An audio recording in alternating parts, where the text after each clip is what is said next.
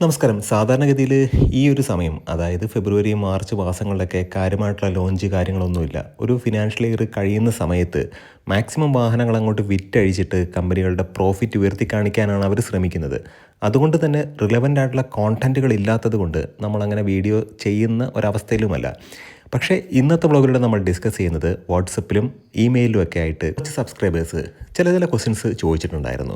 അപ്പോൾ അതിനുള്ളൊരു ഉത്തരമാണ് ഇന്നത്തെ വ്ളോഗിലൂടെ നമ്മൾ ഡിസ്കസ് ചെയ്യാമെന്ന് പറയാൻ കഴിയില്ല. നമ്മൾ അതിനുള്ള ഉത്തരം കൊടുക്കുന്നു എന്ന് മാത്രമേ ഉള്ളൂ. തീർച്ചയായിട്ടും നിങ്ങളുടെ മനസ്സിലും ഇത്തരം ചോദ്യങ്ങളുണ്ടെങ്കിൽ അതിനൊരു ഉത്തരമായിരിക്കും എന്നാണ് എൻ്റെ വിശ്വാസം. എൻ്റെ പരിമിതമായിട്ടുള്ള അറിവിൽ നിന്നാണ് ഞാൻ സംസാരിക്കുന്നത്. നിങ്ങളുടെ അറിവും തീർച്ചയായിട്ടും കമൻറ്റ് രൂപത്തിൽ രേഖപ്പെടുത്തണം. സോ എഞ്ചിൻ ബേയുടെ മറ്റൊരു വ്ളോഗിലേക്ക് ഏവർക്കും ഹാർദമായ സ്വാഗതം. അപ്പോൾ നമ്മുടെ ഇത്തരത്തിലുള്ള കോണ്ടൻറ്റുകളൊക്കെ നിങ്ങൾക്ക് ഉപകാരപ്രദമാകുന്നുണ്ടെങ്കിൽ, ഇത്തരത്തിലുള്ള നിങ്ങൾക്കുള്ള മറുപടിയൊക്കെ നിങ്ങൾക്ക് ഉപകാരപ്രദമാകുന്നുണ്ടെങ്കിൽ ഇത്തരത്തിലുള്ള വീഡിയോസ് ഇനിയും നമുക്ക് പ്രതീക്ഷിക്കാം. തീർച്ചയായിട്ടും ഈ ഒരു കോണ്ടൻറ്റ് ഉപകാരപ്രദമായെങ്കിൽ നമ്മുടെ ചാനലിനെ ഒന്ന് സപ്പോർട്ട് ചെയ്യുക, സബ്സ്ക്രൈബ് ചെയ്യുക, മാക്സിമം ലൈക്ക് ചെയ്യുക, ഷെയർ ചെയ്യുക, കമൻറ്റ് ചെയ്യുക. ആദ്യമേ തന്നെ എൻ്റെ അടുത്ത് 1-2 പേര് ചോദിച്ചൊരു കാര്യം, ഇനി ഡീസൽ വാഹനങ്ങൾ വാങ്ങുന്നതിൽ അർത്ഥമുണ്ടോ എന്നുള്ളതാണ്. അതായത് നമുക്ക് ഡീസൽ വാഹനങ്ങൾ വളരെയധികം ഇഷ്ടമാണ്. ഡീസൽ വാഹനങ്ങളുടെ അവൈലബിലിറ്റി കുറഞ്ഞു വരികയാണ്. അതായത് BS7 ഒക്കെ വരുമ്പോഴത്തേക്കും ഡീസൽ വാഹനങ്ങളുടെ നിയന്ത്രണം കടുത്തതായിരിക്കും. അങ്ങനെയുള്ള വാർത്തകൾ വരുമ്പോൾ ഹ്യൂജ് എമൗണ്ട് ഡീസൽ വാഹനങ്ങളിലേക്ക് ഇൻവെസ്റ്റ് ചെയ്യുന്നത് ഒരു ജുഡീഷ്യസ് ആയിട്ടുള്ളൊരു തീരുമാനമാണോ എന്നുള്ളതാണ് ഒന്നിൽ കൂടുതൽ ആളുകൾ ചോദിച്ചിട്ടുണ്ടായിരുന്നു. അപ്പം എൻ്റെ ഒരു പേഴ്സണൽ അഭിപ്രായ പ്രകാരം ഡീസൽ വാഹനങ്ങളുടെ പ്രത്യേകത എന്താണെന്ന് ചോദിച്ചാൽ വളരെ ടോർക്കി ആയിട്ടുള്ള എഞ്ചിനായിരിക്കും. ടോർക്കി ആയിട്ടുള്ളൊരു എഞ്ചിൻ എന്ന് പറഞ്ഞിട്ടുണ്ടെങ്കിൽ നല്ല രീതിക്ക് ഭാരം കയറ്റി ഈ ഒരു വാഹനത്തെ വളരെ ഈസി ആയിട്ട് ഏത് പ്രതലത്തിലൂടെയും ഏത് സ്റ്റീപ്പായിട്ടുള്ള കയറ്റത്തിലൂടെയും നമുക്ക് വളരെ അനായാസം ഈ ഒരു വാഹനത്തെ കൊണ്ടുപോകാൻ കഴിയും. ഫോർ എക്സാമ്പിൾ നമ്മൾ നോക്കുകയാണെന്നുണ്ടെങ്കിൽ ബൊലെറോ എന്ന് പറയുന്നൊരു വാഹനം, അല്ലെങ്കിൽ ബൊലെറോ നിയോ, ഇതിനൊക്കെ 220 Nm ടോർക്ക്, 260 Nm ടോർക്ക്, ഇത്തരത്തിൽ ടോർക്ക് വളരെ കൂടുതലായിരിക്കും. അത് വളരെ കുറഞ്ഞ RPMലായിരിക്കും ആ ടോർക്ക് ജനറേറ്റ് ചെയ്യുന്നത്. ഇപ്പോൾ നമ്മൾ വാഹനം സ്റ്റാർട്ട് ചെയ്യുമ്പോൾ തന്നെ ഏകദേശം ഒരു 1200 RPMലേക്കൊക്കെ ഉയർന്നതിന് ശേഷം പിന്നീട് ഒരു 800 RPMൽ വന്ന് നിൽക്കും. ഒരു 800 RPM കൂടെ കൂടുമ്പോഴത്തേക്കും ഒരു 1600 RPMൽ തന്നെയാണ് ബൊലെറോ എന്ന് പറയുന്ന വാഹനത്തിൻ്റെ 100 എന്ന് പറയുന്ന എഞ്ചിൻ 220 Nm ടോർക്ക് ജനറേറ്റ് ചെയ്യാൻ തുടങ്ങുന്നത്. അങ്ങനെ നോക്കുമ്പോഴത്തേക്കും ടോർക്കി ആയിട്ടുള്ള ഒരു എഞ്ചിനായിരിക്കും. അതായത് ഞാൻ പറയാൻ ഉദ്ദേശിച്ചത്, നല്ല ഡ്രൈവിംഗ് ഡൈനാമിക്സ് നൽകുന്ന എഞ്ചിനുകൾ ഡീസൽ എഞ്ചിനുകൾ തന്നെയാണ്. ഇപ്പോൾ മെയിൻ്റനൻസും മുമ്പത്തെ കമ്പയർ ചെയ്യുമ്പോഴത്തേക്കും ഡീസൽ വാഹനങ്ങൾക്ക് കുറവാണ്. നിങ്ങൾക്ക് നല്ല റണ്ണിങ് ഉണ്ടെങ്കിൽ തീർച്ചയായിട്ടും ഡീസൽ വാഹനങ്ങൾ വളരെ നല്ലതാണ്. ഡീസൽ വാഹനങ്ങളുടെ പരിപാലനം ഇപ്പോൾ കുറഞ്ഞു വരുന്നുണ്ട്. DPF ഇഷ്യൂ തീർച്ചയായിട്ടും വരും. അതായത് നമ്മൾ ഈ ഒരു വാഹനം ഉപയോഗിക്കുമ്പോൾ അതിനകത്തുള്ള കരി, അതായത് കാർബൺ ഡയോക്സൈഡ്, ഡെബ്രിസ്, ഇങ്ങനെയുള്ള കാര്യങ്ങളെല്ലാം ഫിൽട്ടർ ചെയ്യും. നമ്മളിപ്പോൾ നോർമലി ഒരു പുകയുടെ മുകളിൽ ഒരു അരിപ്പ് വെച്ചിട്ടുണ്ടെങ്കിൽ അതിൽ കുറേ കഴിയുമ്പോഴത്തേക്കും അത് നിറയും. അത് ക്ലീൻ ചെയ്യുക എന്ന് പറയുന്നത് ഇവിടെ DPF റീജനറേഷൻ എന്നുള്ളൊരു പ്രോസസ്സിലൂടെ അത് ക്ലീൻ ചെയ്യും എന്നുള്ളതാണ്. അപ്പോൾ ആ ഒരു ഭയം എല്ലാവർക്കും ഉണ്ട്. അപ്പോൾ എൻ്റെ പേഴ്സണൽ അഭിപ്രായം പ്രകാരം ഡീസൽ വാഹനങ്ങൾ അതിനോട് താല്പര്യമുള്ള ആളുകൾ, നല്ല റണ്ണിംഗ് ഉള്ള ആളുകളാണെങ്കിൽ അവർക്ക് വാങ്ങാം. എന്നാൽ ഭാവിയിലേക്ക് ഡീസലിന് കടുത്ത നിയന്ത്രണങ്ങൾ ഉണ്ടാകും. അങ്ങനെ ആയാൽ പോലും വാഹനത്തിനോട് ഇഷ്ടമുള്ള വണ്ടിപ്രാന്തന്മാരായ ആളുകൾക്ക് തീർച്ചയായിട്ടും ഡീസൽ എഞ്ചിൻ ഓടിച്ചാൽ അതിനോട് നല്ല ഇഷ്ടമായിരിക്കും. പെട്രോൾ എഞ്ചിനേക്കാളും മികച്ച പെർഫോമൻസും മൈലേജും ഡീസൽ എഞ്ചിൻ നൽകും എന്നുള്ളതാണ്. അപ്പോൾ അത് മെയിൻറ്റെയിൻ ചെയ്ത് കൊണ്ടുപോകാൻ കഴിയും എന്നുള്ള ആളുകൾക്ക് തീർച്ചയായിട്ടും ഡീസലിലേക്ക് പോകാം. ഇനി രണ്ടാമത്തെ ചോദ്യം എന്ന് പറയുന്നത്, E20 പെട്രോളിനും ശേഷം E30, E40 പെട്രോൾ ഫ്ലക്സ് ഫ്യൂവലൊക്കെ വരുമോ എന്നുള്ള ചോദ്യങ്ങൾ ഒരുപാട് ചോദിച്ചിട്ടുണ്ട്. തീർച്ചയായിട്ടും അത് വരും. അങ്ങനെയാണ് കാര്യങ്ങൾ പോകുന്നത്. ഏപ്രിൽ 1 മുതൽ 2026 ഏപ്രിൽ 1 മുതൽ E20 പെട്രോൾ കമ്പൾസറി ആകുന്ന രീതിയിലാണ് കാര്യങ്ങൾ പോകുന്നത്.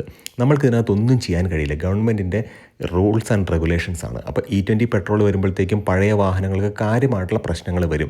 കാരണം E20 പെട്രോളിനകത്ത് 20% എഥനോളാണ്. അതിന് ഹൈഗ്രോസ്കോപ്പിക് ഒരു നേച്ചറുണ്ട്. അതായത് ജലത്തെ വലിച്ചെടുക്കാനുള്ള ഒരു നേച്ചറുണ്ട്. അതുകൊണ്ട് തന്നെ കൊറോഷൻ ഉണ്ടാകും, തുരുമ്പുണ്ടാകും. കൊറോഷൻ എന്ന് പറയുന്ന ഒരു പ്രോസസ്സാണ്. റസ്റ്റ് എന്ന് പറയുന്നത് അതിൻ്റെ റിസൾട്ടാണ്. അപ്പോൾ കൊറോഷനിലൂടെ തുരുമ്പ് എന്ന് പറയുന്നൊരു സംഭവം ഉണ്ടാകും.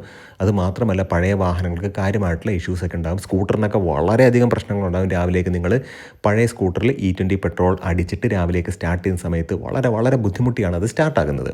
അപ്പോൾ അതുകൊണ്ട് തന്നെ അത്തരം കാര്യങ്ങൾ നമ്മളുടെ കയ്യിലല്ല. അത് ഗവൺമെൻറ്റിൻ്റെ റൂൾസ് ആൻഡ് റെഗുലേഷൻസിലൊക്കെ വരുന്ന കാര്യങ്ങളാണ്. അതുകൊണ്ട് തന്നെ E20 കോമ്പാക്റ്റബിൾ ആയിട്ടുള്ള വാഹനങ്ങളായിട്ട് നമ്മൾ വാങ്ങേണ്ടി വരും. പോകെ ഫ്ലെക്സ് ഫ്യൂവലൊക്കെ തീർച്ചയായിട്ടും ഇംപ്ലിമെൻറ്റ് ചെയ്യും. അപ്പം നമ്മൾ ദീർഘകാലം അങ്ങനെ ചിന്തിച്ചിട്ടുണ്ടെങ്കിൽ ഈ അടുത്ത കാലത്തൊന്നും നമ്മളൊരു വാഹനം വാങ്ങില്ല എന്നുള്ളതാണ് സത്യം. അപ്പം നിങ്ങളുടെ ഇപ്പോഴത്തെ ഒരു ആവശ്യം ഫുൾഫില്ല് ചെയ്യാൻ കഴിയുന്ന വാഹനങ്ങളുണ്ടെങ്കിൽ അത് വാങ്ങുക, അതിനെ കൃത്യമായിട്ട് പരിപാലിക്കുക എന്നുള്ളതാണ്. മറ്റൊരു ചോദ്യം വന്നിട്ടുള്ളത് ബഡ്ജറ്റ് ലെവലിലുള്ള കാറുകൾ 2027 ആകുമ്പോഴത്തേക്കും കഫേ നോംസ് അതിനെക്കുറിച്ച് നമ്മളൊരു വീഡിയോ ചെയ്തതാണ്. അതിൽ ബഡ്ജറ്റ് ലെവലുള്ള കാറുകളുടെ പ്രചാരം കുറഞ്ഞു വരികയാണല്ലോ എന്നുള്ളൊരു ചോദ്യം വന്നിട്ടുണ്ടായിരുന്നു. ബഡ്ജറ്റ് ലെവലിൽ ഇപ്പോൾ കാറ് എന്ന് പറഞ്ഞിട്ടുണ്ടെങ്കിൽ നമ്മൾ പൂർണ്ണമായ സാറ്റിസ്ഫാക്ഷനോടുകൂടി ബഡ്ജറ്റ് ലെവൽ ഒരു കാറ് വാങ്ങാൻ പോയാൽ അതിനൊരു ചോയ്സ് ഇല്ല എന്നുള്ളതാണ് ഏറ്റവും പ്രധാനപ്പെട്ട കാര്യം. 3 സിലിണ്ടർ എഞ്ചിനാണ് ഇപ്പോൾ കൂടുതലുള്ളത്. മാരുതി സുസുക്കിയുടെ വാഹനങ്ങളാണ് ഏറ്റവും എൻട്രി ലെവൽ സെഗ്മെൻറ്റിൽ വരുന്ന പ്രധാനപ്പെട്ട കാറുകൾ. അതിപ്പോൾ നോക്കുകയാണെങ്കിൽ ഓൾട്ടോ K10 ഉണ്ട്, സെലേറിയ ഉണ്ട്, വാഗണാർ ഉണ്ട്, ഇഗ്നിസ് ഉണ്ട്, സ്വിഫ്റ്റ് ഉണ്ട്. പിന്നെ അങ്ങോട്ട് വന്നിട്ടുണ്ടെങ്കിൽ അതിൻ്റെ മുകളിലേക്ക് പോകുകയാണെന്നുണ്ടെങ്കിൽ നമ്മുടെ ഫ്രോങ്സ് ഉണ്ട്, ബലീനോ എന്ന് പറയുന്ന വാഹനമുണ്ട്, നിസാൻ്റെ മാഗ്നറ്റ് ഉണ്ട്, സിട്രോയിൻ്റെ C3X എന്ന് പറയുന്ന വാഹനമുണ്ട്. അങ്ങനെ ഒരുപാട് വാഹനമുണ്ട്, കൈഗറുണ്ട്. അപ്പം ഇതൊക്കെ നമ്മൾ നോക്കുകയാണെന്നുണ്ടെങ്കിലും ഇതെല്ലാം ഓൾമോസ്റ്റ് എല്ലാം 3 സിലിണ്ടറാണ്. അതിനകത്ത് ബലീനോയും ഫ്രോങ്സൊക്കെയാണ്, വാഗണാറിൻ്റെ 1.2 ഇഗ്നിസൊക്കെയാണ് 4 സിലിണ്ടർ എഞ്ചിനായിട്ട് വരുന്നത്. അപ്പോൾ അങ്ങനെ നോക്കുമ്പോഴത്തേക്കും എൻട്രി ലെവലിൽ നമ്മൾ മുഴുവൻ സാറ്റിസ്ഫാക്ഷനോടുകൂടി ഒരു വാഹനം പോകുമ്പോഴത്തേക്കും അത്തരത്തിലൊരു വാഹനം ഇല്ല എന്നുള്ളത് തന്നെയാണ്. ഒരുപാട് കാര്യങ്ങൾ നമ്മൾ കോംപ്രമൈസ് ചെയ്യേണ്ടി വരും. ഒരു കാര്യം എന്ന് പറയുന്നത് അടിക്കടി വാഹനങ്ങളുടെ ഫേസ് ലിഫ്റ്റ് വന്നുകൊണ്ടിരിക്കുകയാണ്. അപ്പോൾ ഈ ഫേസ് ലിഫ്റ്റ് വന്നുകൊണ്ടിരിക്കുമ്പോഴത്തേക്കും നമ്മൾ ഇപ്പോൾ ഒരു വാഹനം വാങ്ങിച്ചു, പെട്ടെന്ന് ഉടനെ അടുത്ത ഫേസ് ലിഫ്റ്റ് വരുന്നു. അപ്പോൾ അങ്ങനെ ഒരു സാഹചര്യത്തിൽ വാഹനങ്ങൾ വാങ്ങാനായിട്ട് അല്ലെങ്കിൽ അപ്ഡേഷന് വേണ്ടിയിട്ട് നമ്മൾ വെയിറ്റ് ചെയ്യണോ എന്ന് വളരെ കുറച്ച് പേര് ചോദിച്ചിട്ടുണ്ടായിരുന്നു. അപ്പോൾ അതിനകത്ത് പ്രധാനമായിട്ട് എനിക്ക് പറയാനുള്ളത്, നിങ്ങൾ അപ്ഡേഷന് വേണ്ടിയിട്ട് വെയിറ്റ് ചെയ്യുകയാണെന്നുണ്ടെങ്കിൽ അത് ഒന്നുകിൽ എഞ്ചിനിലെ അപ്ഡേഷൻ അല്ലെങ്കിൽ ചേസിസിലെ അപ്ഡേഷൻ, അതല്ലെന്നുണ്ടെങ്കിൽ സേഫ്റ്റിയിലെ അപ്ഡേഷൻ, അതുമല്ലെന്നുണ്ടെങ്കിൽ വാഹനത്തിൻ്റെ ഗിയർ ബോക്സിലെ അപ്ഡേഷൻ. അതിപ്പോൾ നിങ്ങളൊരു ഏതെങ്കിലും ഒരു വാഹനം വാങ്ങാനിരിക്കുന്നുണ്ടായിരിക്കും, അതിനകത്ത് ഓട്ടോമാറ്റിക് ഉണ്ടാവില്ല. ഡീസൽ ഓട്ടോമാറ്റിക്, ഫോർ എക്സാമ്പിൾ ഡീസലിൽ ഓട്ടോമാറ്റിക് ഇല്ല. അപ്പോൾ ഡീസലിൽ ഓട്ടോമാറ്റിക് വരും എന്ന് നിങ്ങൾ അറിഞ്ഞാൽ തീർച്ചയായിട്ടും നിങ്ങൾ അതിനു വേണ്ടി വെയിറ്റ് ചെയ്യണം എന്നുള്ളതാണ്. മറ്റൊരു പ്രധാനപ്പെട്ട ചോദ്യം ഇലക്ട്രിക്കിലേക്ക് ഷിഫ്റ്റ് ആകണമോ അല്ലെങ്കിൽ ഹൈബ്രിഡിലേക്ക് പോകണമോ എന്നുള്ളതാണ്. ഹൈബ്രിഡ് എന്ന് പറയുന്ന വാഹനത്തിന് ഇന്ത്യയിൽ കൂടുതൽ സാധ്യതയുണ്ട്. പക്ഷേ ഇലക്ട്രിക്കിൻ്റെ കേസ് നമ്മൾ വളരെ കൃത്യമായിട്ട് പറയുകയാണെന്നുണ്ടെങ്കിൽ ഇലക്ട്രിക് വാങ്ങുമ്പോൾ നിങ്ങൾക്കൊരു സന്തോഷം തോന്നും. കാരണം നിങ്ങൾ ₹1 പെർ കിലോമീറ്റർ എന്നുള്ള രീതിക്ക് വാഹനം ഓടിക്കാൻ പോകുന്നു എന്നാണ് നിങ്ങളുടെ ചിന്ത. പക്ഷേ നിങ്ങൾ മനസ്സിലാക്കേണ്ട ഒരു കാര്യം, ഒരു പ്രധാനപ്പെട്ട ഒരു കാറ്, അതെങ്കിലും ഒരു ബഡ്ജറ്റ് ലെവലിലുള്ള ഒരു ഹാച്ച് ബാക്ക് വാഹനത്തിൻ്റെ പെട്രോൾ വേർഷൻ്റെ 30% കൂടുതലായിരിക്കും അതിൻ്റെ ഇലക്ട്രിക് വാഹനത്തിൻ്റെ വില എന്ന് പറയുന്നത്. അപ്പോൾ ഓൾറെഡി നിങ്ങളുടെ കയ്യിൽ നിന്ന് 30% തുക അധികം വാങ്ങിച്ച് ഒരു കാറ് നൽകുന്നു, എന്നിട്ട് ₹1 പെർ കിലോമീറ്റർ എന്നുള്ള രീതിക്ക് നിങ്ങൾ ചാർജും ചെയ്യുന്നു. ദീർഘകാലം ഉപയോഗിക്കുന്നതിനനുസരിച്ച് ഈ വാഹനത്തിൻ്റെ ബാറ്ററിയുടെ ചാർജിങ് കേപ്പബിലിറ്റി അല്ലെങ്കിൽ ചാർജിനെ ഹോൾഡ് ചെയ്യാനുള്ള കേപ്പബിലിറ്റി കുറയുന്നു. അതനുസരിച്ച് ഈ ലോങ് റേഞ്ചൊക്കെ നൽകിക്കൊണ്ടിരുന്ന വാഹനങ്ങളുടെ റേഞ്ച് കുറഞ്ഞുകൊണ്ടിരിക്കുന്നു. അറ്റ് ദ സെയിം ടൈം 30% നിങ്ങൾ വാങ്ങിച്ച ഇലക്ട്രിക് കാറിനേക്കാൾ 30% വില കുറച്ച് അതിൻ്റെ ICE വാഹനം, പെട്രോൾ വാഹനം ഒരാൾ വാങ്ങിച്ചു എന്ന് വിചാരിക്കുക. നിങ്ങൾ അധികം കൊടുത്ത 30% നിന്നായിരിക്കും അയാൾ പെട്രോൾ അടിച്ചുകൊണ്ടിരിക്കുന്നത്. അവസാനം വിൽക്കുന്ന സമയത്ത് ഈ ICE വാഹനം, പെട്രോൾ വാഹനത്തിന് എന്തെങ്കിലും ഒരു റീസെയിൽ വാല്യൂ കിട്ടും.